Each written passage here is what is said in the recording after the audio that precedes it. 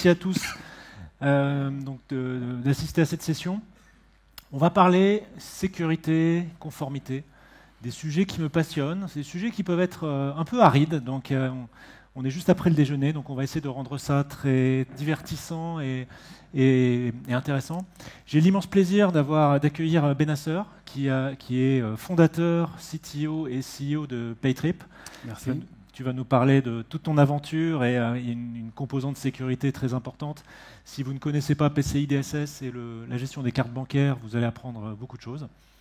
Pour ma part, donc, Stéphane Adinger, je suis responsable technique chez AWS. Ça fait plus de 7 ans que j'ai l'immense plaisir et le privilège d'accompagner de nombreux clients dans différents sujets, dont la sécurité, dont l'innovation. On va démarrer, donc déjà, je parle d'innovation, justement, innovation et sécurité, comment combiner les deux. Quand on regarde le nombre d'innovations, il faut comprendre une chose, c'est que chez AWS, la sécurité, c'est la première priorité. Tout est construit autour de ça. Pour une raison, c'est que la priorité, elle est importante pour vous. Elle est importante pour ce que tu vas nous expliquer, bien sûr, mais sans sécurité, ça n'a pas d'intérêt pour vos diverses applications. Donc la sécurité, elle est au centre des services. Elle est aussi au centre de notre innovation pour vous permettre d'avoir des services qui vont vous aider à progresser en sécurité. Ce que vous voyez ici, ce sont le nombre de nouveautés, de nouvelles fonctionnalités, année après année.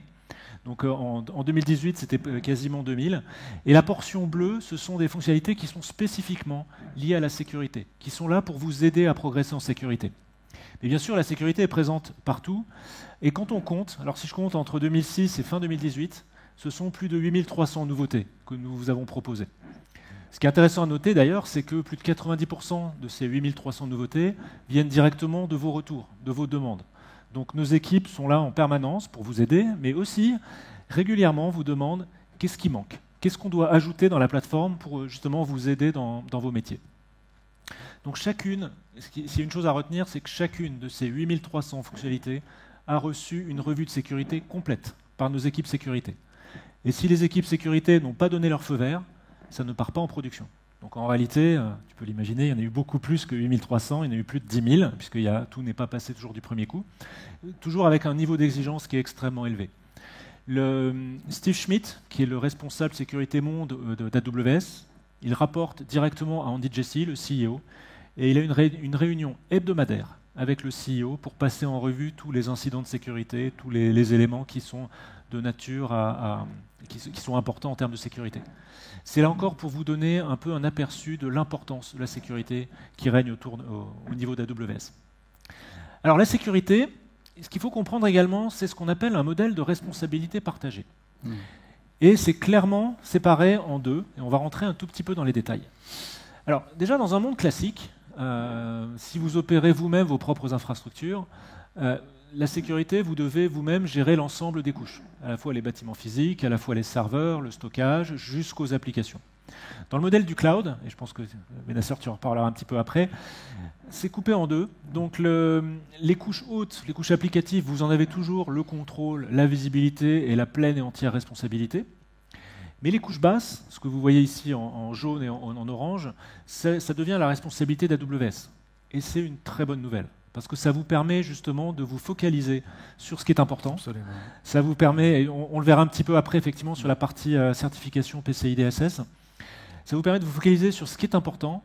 Ça vous permet également d'hériter des standards de sécurité qui règnent au sein d'AWS. Alors, les couches basses, c'est ce qu'on appelle la sécurité du cloud. Quelques petites notions, si vous ne connaissez pas complètement AWS, peut-être des petites notions à rappeler. La première, c'est que c'est vous qui choisissez la localisation des données et des applications. Nous proposons aujourd'hui 22 régions dans le monde, dont une région à Paris, plusieurs en Europe, mais également en Amérique du Nord, en Amérique du Sud, en Asie-Pacifique, en Australie. Enfin, la liste est longue, vous en avez un aperçu ici. Mais j'insiste, c'est vous qui décidez de la localisation des données et nous ne déplaçons pas ces données. C'est toujours à votre initiative. Donc, si vous souhaitez faire de la réplication de données entre Paris et Francfort, par exemple, vous pouvez le faire. Il y a des outils pour ça. Mais là encore, c'est vous qui prendrez la décision. Et maintenant, ce qu'on appelle une région, ce sont plusieurs zones de disponibilité. Vous en avez une vision très schématique ici. Et derrière chaque zone de disponibilité, il y a un ou plusieurs data centers. un ou plusieurs bâtiments. L'idée étant que on ne pourra pas vous garantir qu'un data center ou qu'un bâtiment sera toujours disponible. Nous travaillons énormément pour que les pannes soient le plus rare possible et que ça n'arrive jamais, qu'un data center soit disponible. Mais en même temps, nous considérons que toute bonne architecture doit résister à la panne d'un disque, à la panne d'un serveur, à la panne d'un équipement réseau, mais y compris à l'indisponibilité d'un data center tout entier. C'est un principe de design, c'est un principe de conception. Et quand vous utilisez des services managés, côté AWS, pour la quasi-totalité de ces services, ils intègrent automatiquement la réplication et la redondance au niveau des 3 zones de disponibilité, comme dans le cas de Paris. Et ça, là encore, c'est quelque chose que vous n'avez plus besoin de faire si vous utilisez ce service managé. Nativement, cette résilience est présente. Et bien sûr, les zones de disponibilité sont des bâtiments qui sont sur des profils de risque différents, en termes de risques type inondation, tremblement de terre, Céveso et ainsi de suite. La liste est très longue, là encore, mais ça vous permet aussi d'avoir une assurance que les profils de risque étant séparés, qu'il y a très peu de probabilité pour qu'un incident qui a lieu sur une zone puisse avoir des conséquences sur une autre zone. Je ne vais pas vous parler des 1800 points de contrôle de sécurité qui existent, mais j'aimerais en illustrer un, qui est celui-ci. Alors, si vous ne l'avez pas vu déjà, est-ce que vous savez ce que c'est? Tu connais, Benassar? Tu me l'as dit. Je te l'ai dit. Alors, je vous donne un indice, ça ne se fume pas. C'est très mauvais pour la santé si vous le fumez. Ça, c'est ce qui reste des disques durs. Donc, on a une règle de sécurité qui dit simplement tout disque dur qui sort d'un data center AWS est systématiquement broyé. Et vous en avez ici sur la photo le résultat. En réalité, la règle n'est pas tout à fait celle-là. Et la règle dit que c'est tout dispositif de stockage qui sort d'un data center sera broyé. Si, prenons un cas hypothétique, ça n'arrivera pas, mais prenons un cas hypothétique. Donc, Benassar, si tu rentres dans un data center AWS avec ton smartphone, alors c'est le mien en l'occurrence, mais le smartphone sera broyé à la sortie. Parce que ceci est un dispositif de stockage, il y a potentiellement des données clients dessus, et nous ne voulons pas prendre de risques. Ce sont vos données, c'est ce qu'il y a de plus précieux dans le modèle de sécurité AWS, donc nous ne voulons pas prendre de risques et le smartphone sera broyé à la sortie. Et vous savez, les règles de sécurité, elles marchent quand elles sont poussées jusqu'à, je vais dire, l'extrême où il n'y a pas d'interprétation possible. Ce que je veux dire par là, c'est que si nous recevons un disque dur neuf, qui n'a jamais servi, et il y a un défaut visible dessus, donc on sait que le disque dur ne fonctionne pas. Nous savons pertinemment que le disque dur n'a jamais été branché sur un serveur. Nous savons pertinemment que le disque dur ne contient aucune donnée. Peu importe, le disque dur sera broyé de la même manière. Parce que rien que l'idée de se dire est-ce que je broie le disque ou non, c'est la porte ouverte à des erreurs, ou pire. Et là encore, nous ne voulons pas prendre de risques. Donc c'est juste une illustration pour vous dire que finalement la sécurité sur ce modèle-là se fait de manière peut-être un petit peu différente des data centers habituels. Donc vous avez compris, nous ne renvoyons pas les disques durs sous garantie aux constructeurs, nous avons d'autres arrangements avec eux. Alors bien sûr, ça c'est un exemple, mais si vous voulez rentrer vraiment dans les détails, ce qui compte, ce qui est important, ce sont les certifications. C'est-à-dire que ce sont des auditeurs tiers, indépendants et de renommée mondiale, qui sont venus et qui ont audité toute l'infrastructure AWS et quantité de services. Alors bien sûr, on trouve des grands classiques comme ISO 27001, 27017, 27018. Cette année, en 2019, en début d'année, nous avons aussi eu le plaisir de proposer HDS, qui est une certification pour l'hébergement de données de santé en France. Dans le domaine bancaire, on est souvent sur du SOC 1, SOC 2, qui sont aussi des normes très exigeantes, mais mon favori, c'est PCI DSS. Alors je vais un tout petit peu déflorer le sujet, mais ce sont les normes nécessaires pour stocker et gérer des numéros de carte bancaire. C'est bien ça? C'est ça. Merci, tu rentreras plus en détail. Et qui sont bien sûr des données personnelles. Des données personnelles un petit peu plus sensibles que mon nom et mon prénom. Et donc il y a une série d'exigences de sécurité qui sont extrêmement fortes. Et quand vous ouvrez un compte sur AWS, quand vous utilisez les services, vous en bénéficiez automatiquement. En fait, par rapport au modèle de responsabilité partagée, nous ne savons absolument pas ce que vous faites sur AWS. Nous ne savons absolument pas quel type de données vous stockez. Pour nous, pour nos services, ce sont juste des 1 et des 0. Donc, nous appliquons ce modèle de sécurité de manière uniforme à l'ensemble de nos clients. Donc, nous avons des millions de clients dans le monde, des dizaines de milliers de clients en France. Vous bénéficiez tous de PCI DSS. Donc, je prends un exemple personnel. J'ai un compte personnel sur AWS. J'y stocke et j'y archive des photos, des documents personnels. Chacune de ces photos est sécurisé comme si le fichier contenait des numéros de carte bancaire. Le niveau de sécurité est absolument uniforme. Maintenant, je vais parler également de l'autre partie, donc la sécurité dans le cloud. Donc là, c'est votre responsabilité, vous avez l'ensemble des contrôles et vous faites ce que vous souhaitez. En réalité, comme c'est votre responsabilité, il aurait été trop facile pour nous de dire finalement c'est votre problème, c'est pas le nôtre, et puis débrouillez-vous. C'est pas notre approche, c'est pas notre culture.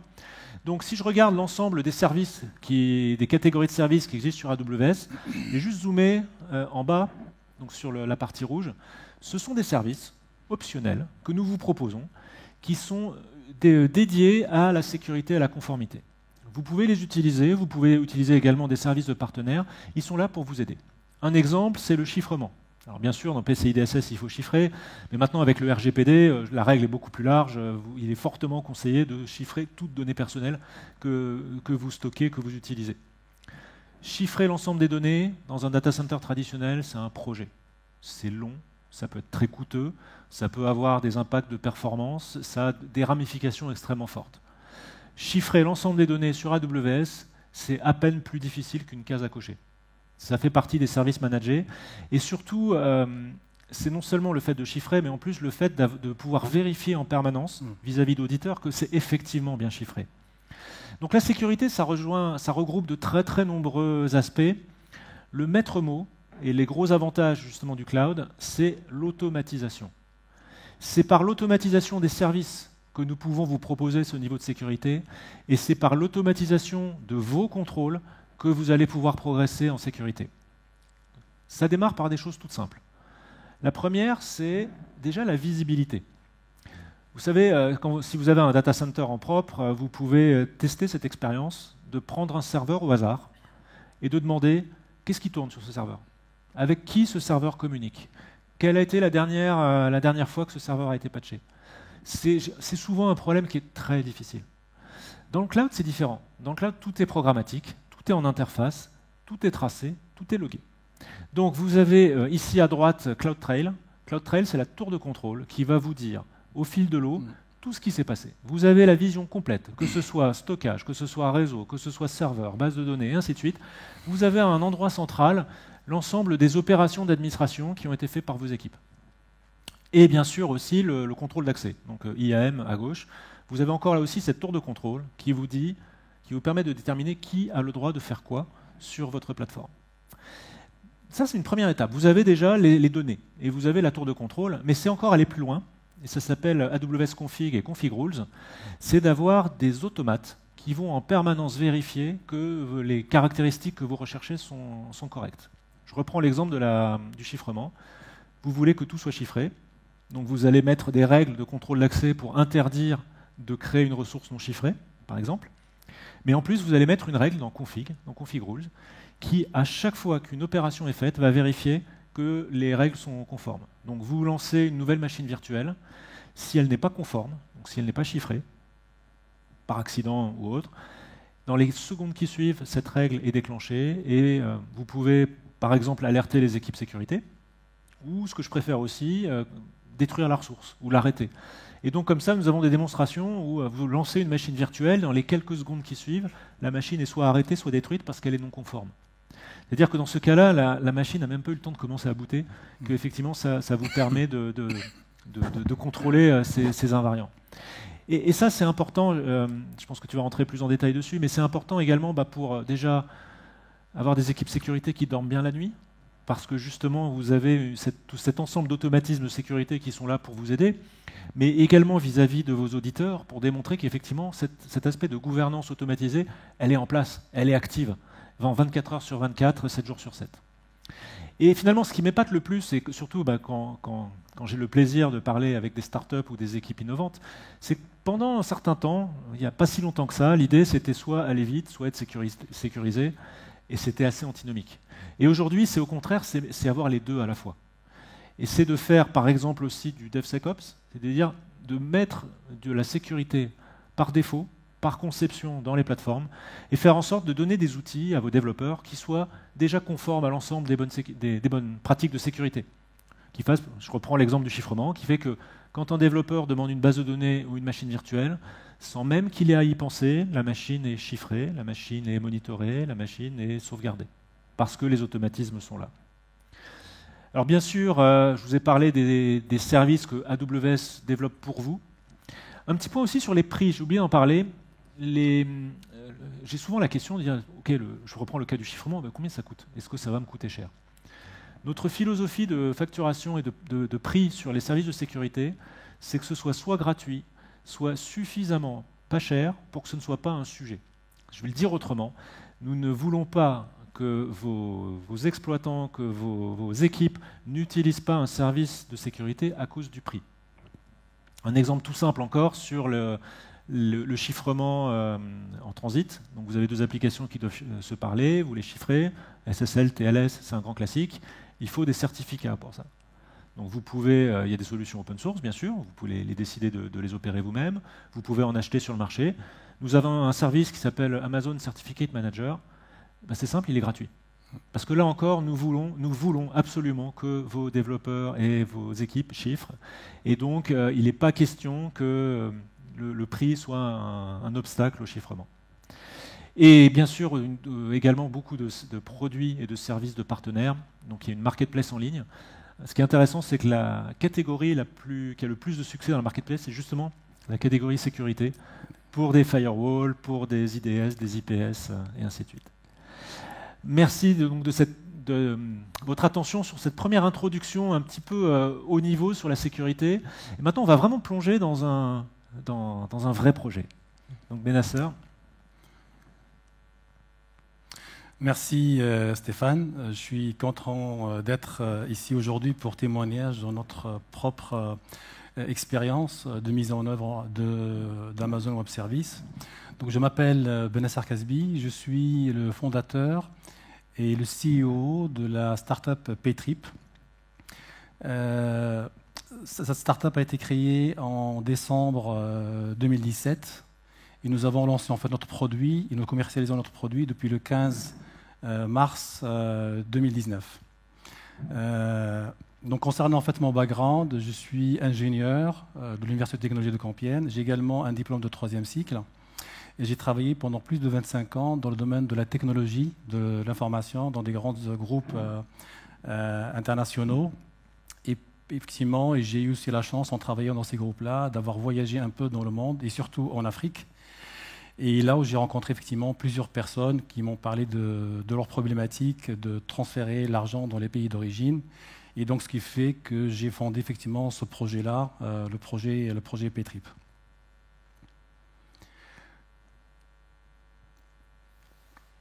Donc en fait Paytrip, deux mots quand même je dirais avant de commencer à parler d'Amazon Web Services, pour que vous sachiez un peu de quoi nous parlons et quels ont été les enjeux que nous avons adressés à travers les produits et la plateforme Amazon Web Services. Donc nous sommes une start-up qui opère dans le domaine des paiements et nous connectons financièrement les familles, enfin les membres de la famille, où qu'ils soient dans le monde. Nous offrons donc en fait un produit qui simplifie radicalement la mise à disposition et le transfert de l'argent entre les membres de la famille. Un point important pour nous, c'est que quand vous faites un transfert vers votre bénéficiaire, vous êtes sûr que ce transfert va atteindre immédiatement et va être disponible en fait immédiatement pour votre bénéficiaire, là où il se trouve et à quel moment il peut employer cet argent-là au moment de son choix.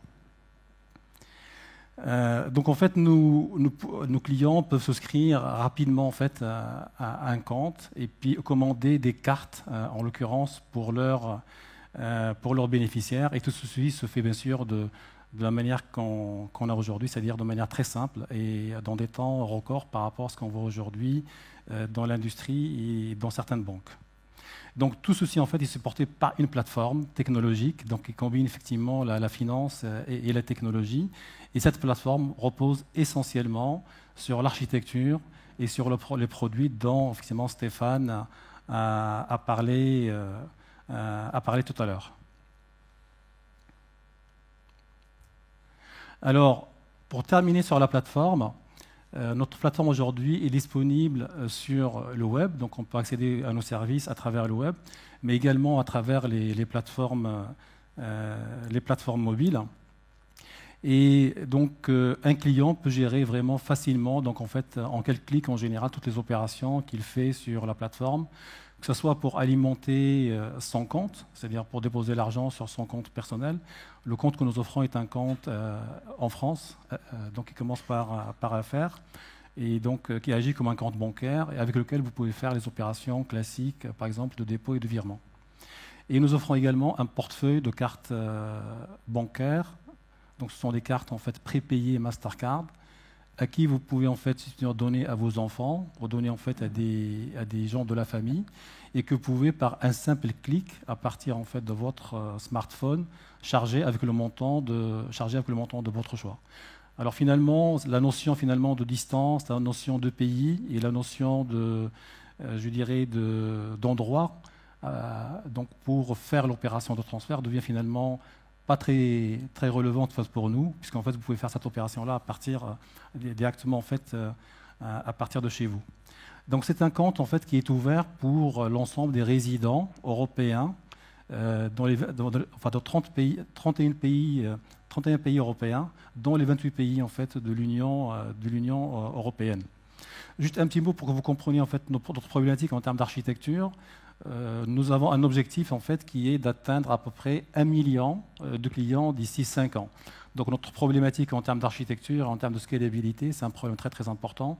Là aujourd'hui, on a démarré en mars, on gère quelques milliers de clients, mais on imagine que dans quelques années, on va avoir beaucoup plus. Et donc en fait, la problème de la scalabilité va être en fait un problème important que nous allons adresser dans les mois qui viennent. Donc, comme je le disais, nous sommes une start-up dont la finance et la technologie et vraiment l'infrastructure est pour nous un élément très important. En fait, c'est l'enabler vraiment de notre innovation. Sans infrastructure, effectivement, qui est solide, qui est robuste et qui est sécurisée, on ne peut pas opérer. Vous voyez un peu sur ce chart qui est derrière moi l'ensemble des questions que nous avons considérées au moment de choisir effectivement notre infrastructure.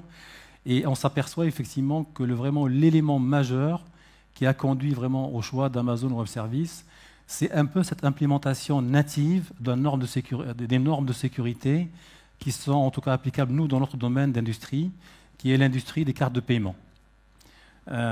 L'industrie des cartes de paiement, en fait, repose sur un standard qui s'appelle PCI DSS, que Stéphane a évoqué plusieurs fois.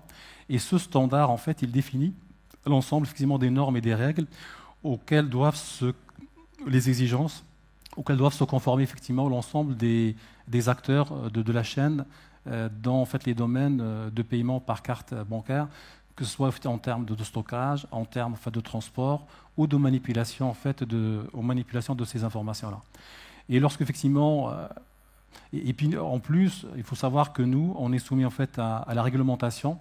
Donc nous sommes une activité régulée et réglementée en fait par la Banque de France. Et cette problématique en fait de sécurité pourrait être effectivement quelque chose. Pour nous, c'est pas un choix, c'est un prérequis. Nous devons en fait être dans le standard de sécurité. Et lorsque effectivement nous avons regardé l'ensemble des providers aujourd'hui qui sont sur le marché.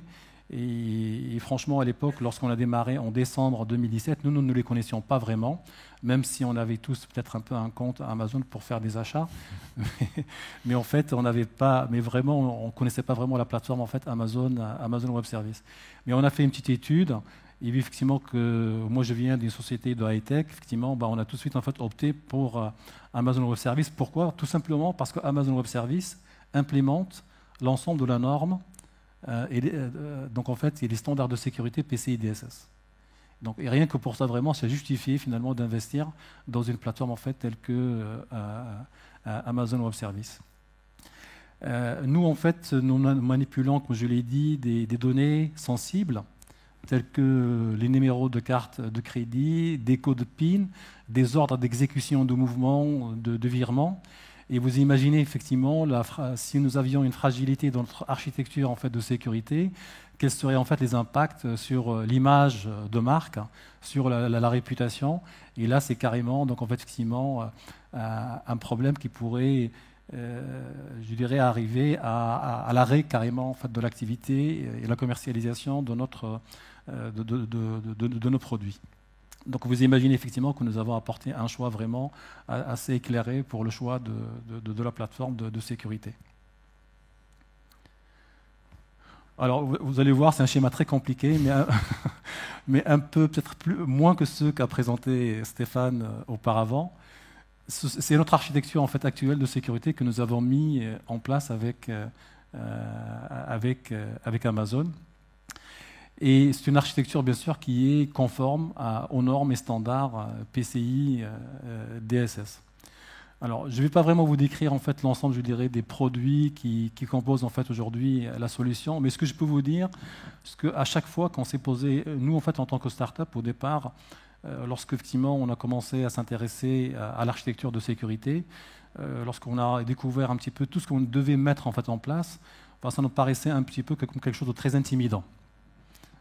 On disait vraiment pour une start-up en fait, telle que la nôtre, qui a des moyens forcément, des moyens financiers forcément contraints, ça va être quelque chose effectivement qui peut être réservé à des grands groupes. Finalement, il n'en a rien été. Je peux même vous dire que c'est une architecture qui est en fait mise en place en interne en fait avec nos propres ressources. Notre service informatique, en fait, il n'y a pas beaucoup de monde dedans. Nous sommes en fait vraiment quelques-uns, dont moi-même en fait, en tant que personne bien sûr qui gère la partie informatique, mais aussi qui contribue en fait à la production informatique. Mais ce qui était très intéressant en fait pour nous, c'est que chaque fois qu'on avait vraiment besoin de nous renseigner sur quelque chose, effectivement, sur la manière de mettre en place des problématiques de sécurité avec Amazon, en fait, on avait pris un abonnement au service technique, Amazon Web Services, et les gens en général, ce qui est bien en fait avec Amazon, effectivement, d'avoir une structure mondiale, c'est qu'on a toujours on a toujours en fait quelqu'un qui est au bout du fil, on peut chatter effectivement avec lui, et puis nous apporter vraiment les réponses en fait qu'on attend, je dirais sur les questions que nous nous posions.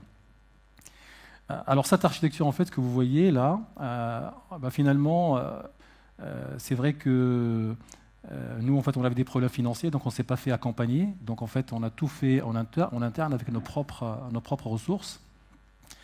Mais, donc, en fait, quelques semaines, ce que je voulais vous raconter, c'est que c'est un témoignage, en fait, comment cette architecture vraiment a été testée et comment elle a résisté, en fait, je dirais, lorsqu'on a un produit sur Internet qui est ouvert au public. Donc, nous, en fait, on manipule, comme je vous l'ai dit, des données sensibles. Et donc, en fait, nous sommes très surveillés effectivement, et nous sommes sujets à des cyberattaques parce que, voilà, nous manipulons effectivement des données bancaires, nous avons des comptes bancaires que nous hébergeons chez Amazon. Et donc, nous sommes vraiment très targetés, enfin, très ciblés par, effectivement, les fraudeurs et par les hackers. Et nos clients eux-mêmes, en fait, je dirais, sont ciblés ils font souvent, en fait, l'objet de tentatives, bien sûr, de fraude. Donc, 4 semaines après le lancement en fait, de l'activité, nous avons subi notre première attaque par force brute. Alors, je ne sais pas vraiment si vous avez déjà été dans cette situation-là, mais je peux vous assurer que lorsque vous-même, en fait, vous êtes l'objet d'une attaque en fait, par force brute, la première chose que vous vous demandez, est-ce que vraiment j'ai investi sur la sécurité ? C'est vraiment la première chose que vous vous demandez. Alors, on voyait arriver des centaines de milliers de requêtes en fait, qui arrivent vers notre serveur. Donc, on a vécu ça en fait en direct. Et c'est là en fait où on a commencé un petit peu à se détendre au fur et à mesure qu'on voyait comment les produits Amazon que l'on avait mis effectivement en place pour filtrer les accès à notre infrastructure, ils se comportaient. Ne serait-ce en fait, on avait mis des règles assez simples, les règles dont parlait Stéphane tout à l'heure. Le fait qu'Amazon, effectivement, ils imposent, pour chaque ressource que vous créez dans Amazon Web Services, vous mettez en place en fait des règles de sécurité. Ces règles de sécurité, ça concerne l'accès d'un côté, mais ça concerne également, je dirais, l'utilisation effectivement des données et qui a vraiment, je dirais, accès à ces données-là. Et rien qu'avec en fait, ces données simples, en fait, on a réussi en fait, à écarter pratiquement, disons, sur l'attaque par force brute, on a réussi à écarter quand même, je dirais, la majorité en fait, je dirais, des requêtes qui étaient illégitimes enfin, s'ils ont déjà été filtrés en fait par, disons, la porte d'entrée en fait qui est composée dans ce cas-là par API Gateway, par CloudFront et par le Web Application Firewall d'Amazon. C'est-à-dire en fait il y a certaines requêtes qui arrivaient déjà jusqu'à donc notre en fait ce qu'on appelle VPC, donc le Virtual Private Cloud en fait de notre production. Et là il y a d'autres mécanismes en fait qui interviennent, comme vous l'avez dit en fait Stéphane. Et cette architecture en fait finalement de sécurité qu'on trouve un petit peu à tous les niveaux, ça contribue un petit peu à nous protéger finalement. Et puis on sait que même si en fait le hacker arrive jusqu'au serveur en fait, finalement il ne peut pas faire grand chose en fait de ces informations là parce qu'on sait que la donnée elle a des règles en fait je dirais qui peut la modifier, qui ne peut pas la modifier, etc. Et le fait en fait que cette sécurité commence déjà par la donnée en fait apporte vraiment une protection assez importante. Au final, du coup, l'impact de cette attaque?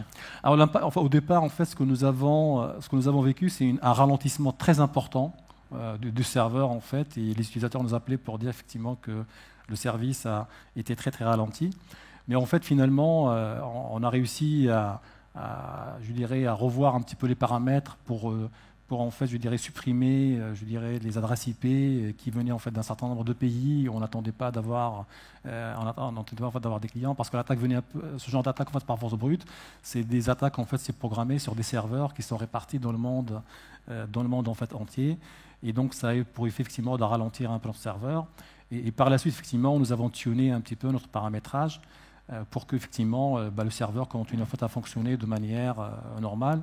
Et tout ça vraiment en utilisant, disons entre parenthèses, que quelques outils Amazon en fait Web Services, même si nous avons, je l'avoue, quand même été obligés de mettre en place un outil de sécurité un peu plus évolué qui s'appelle OSSEC pour ceux qui connaissent et qui permet en fait d'exploiter les journaux justement d'accès à notre plateforme et donc conserver un peu la mémoire de cette historique en fait de hacking et de toutes ces attaques brutes en fait que nos serveurs en fait ont subi.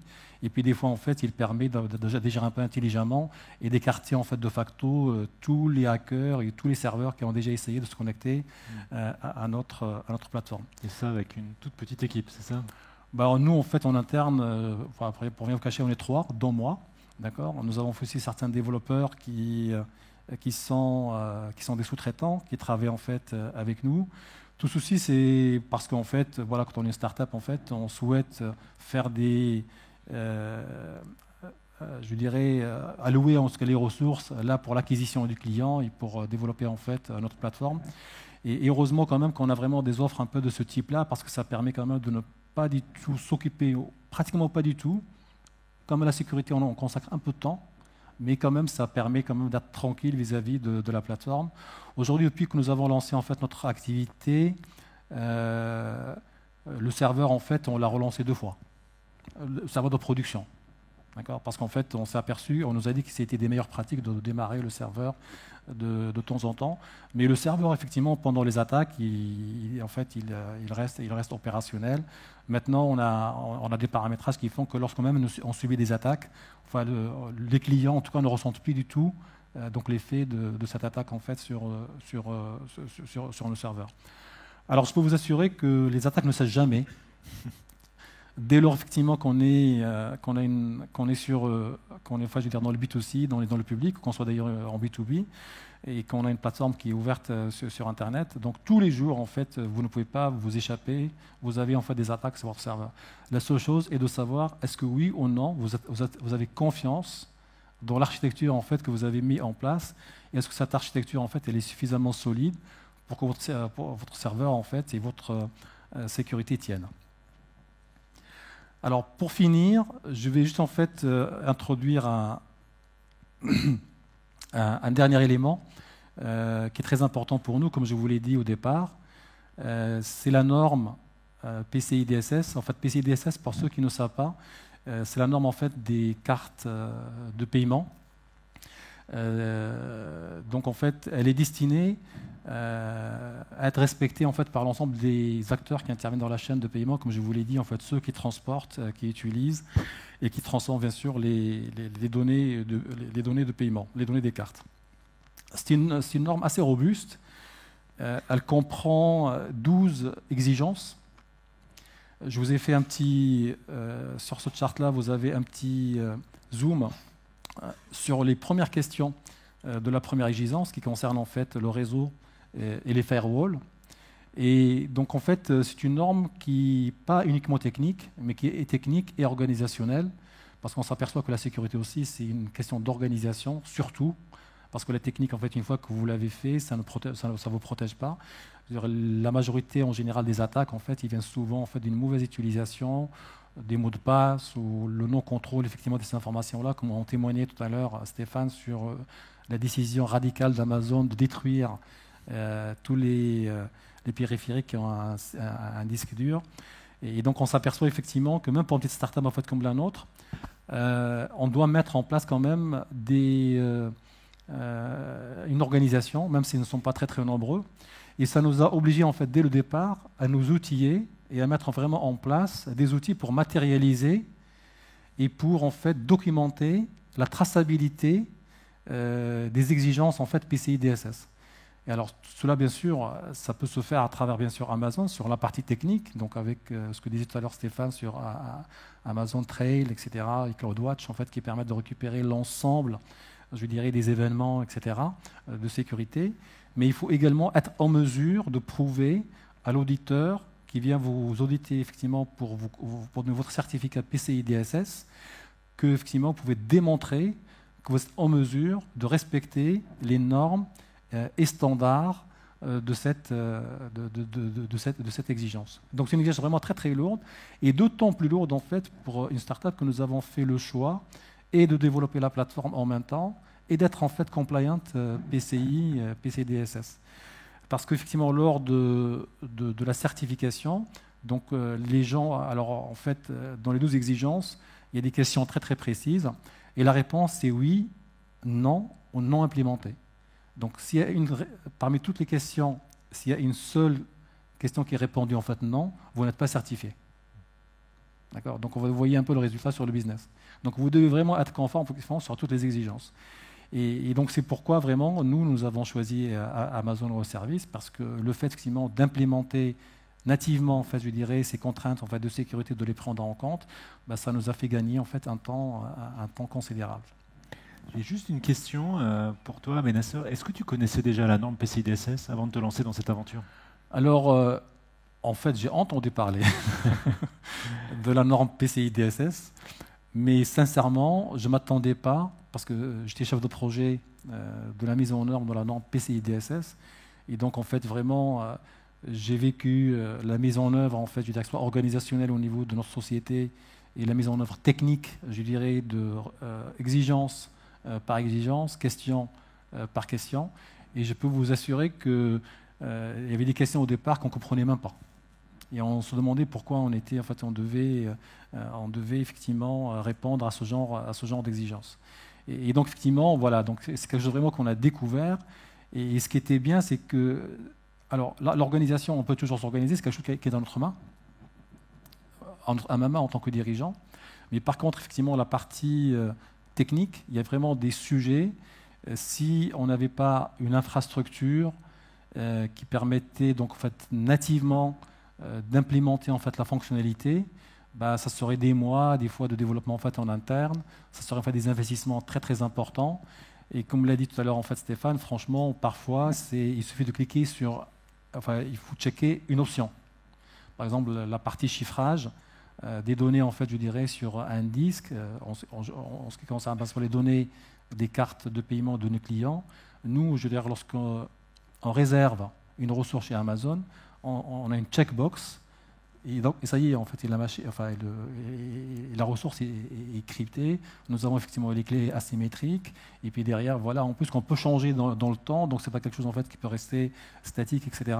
Et on s'aperçoit que cette question effectivement de sécurité, c'est vraiment une question très très importante et elle nous a réellement en fait aidé effectivement à avoir une architecture de sécurité. Merci beaucoup Benasser. Enfin, je crois, je ne sais pas si vous vous rendez compte, mais PCI DSS, c'est extrêmement exigeant comme norme. Avoir réussi en moins d'un an à 3 personnes ou un tout petit peu plus, et sans aide externe, c'est absolument admirable. Et donc, si Paytrip y arrive, je pense qu'aussi c'est quelque chose, en tout cas, qui vous donne une direction. Vous n'avez pas forcément besoin d'implémenter toute la norme PCI DSS, mais en tout cas, ça donne aussi des éléments qui sont extrêmement importants pour faire progresser l'ensemble des applications en termes de sécurité. Merci beaucoup. Merci pour le témoignage. Merci.